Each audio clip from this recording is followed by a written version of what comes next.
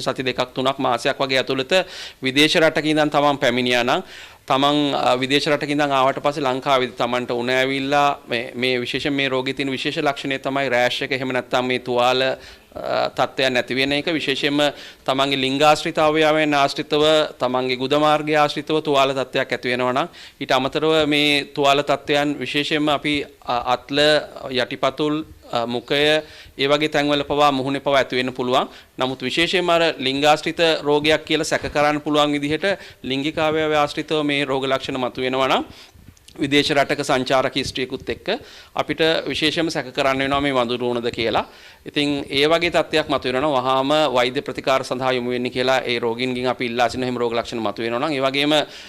මෙතෙන්දී රෝගේ බෝ වෙන්නේ දැනට හොයාගෙන තියෙන තොරතුරු අනුව මොකද මේවා සාමාන්‍ය අලුතෙන් රෝග එනකොට විවිධ දේවල් අලුතෙන් අපිට හම්බ වෙනවා. මේ රෝගීදී පවා රෝගේ බෝ වෙනවා කියලා දැනට හොයාගෙන තියෙන්නේ ඒ තුවාලවල ඇති වෙන කබළු ආශ්‍රිතව ඇති වෙන ශ්‍රාවයන්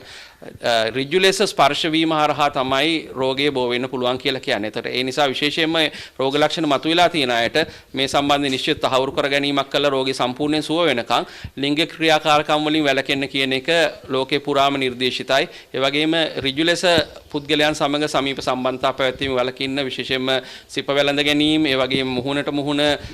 බොහොම කිට්ටුවෙන් කරන ඒ කටයුතු වලින් වැළකීම අත්‍යවශ්‍යයි කියන එක මේ වෙනකොට ලෝකේ පුරාම අත්දැකලා තියෙනවා. අපි රටක් විදියට ගන්න ක්‍රියාමාර්ග මොනවද කියලා තාක්ෂණික කමිටුව හරහා රටට ප්‍රකාශයටපත් වෙනකම් අනවශ්‍ය කලබලයකින් තොරව මේ පිළිබඳ සමීපව ඉන්න කියන එක ජනතාවගෙන් ඉල්ලනවා.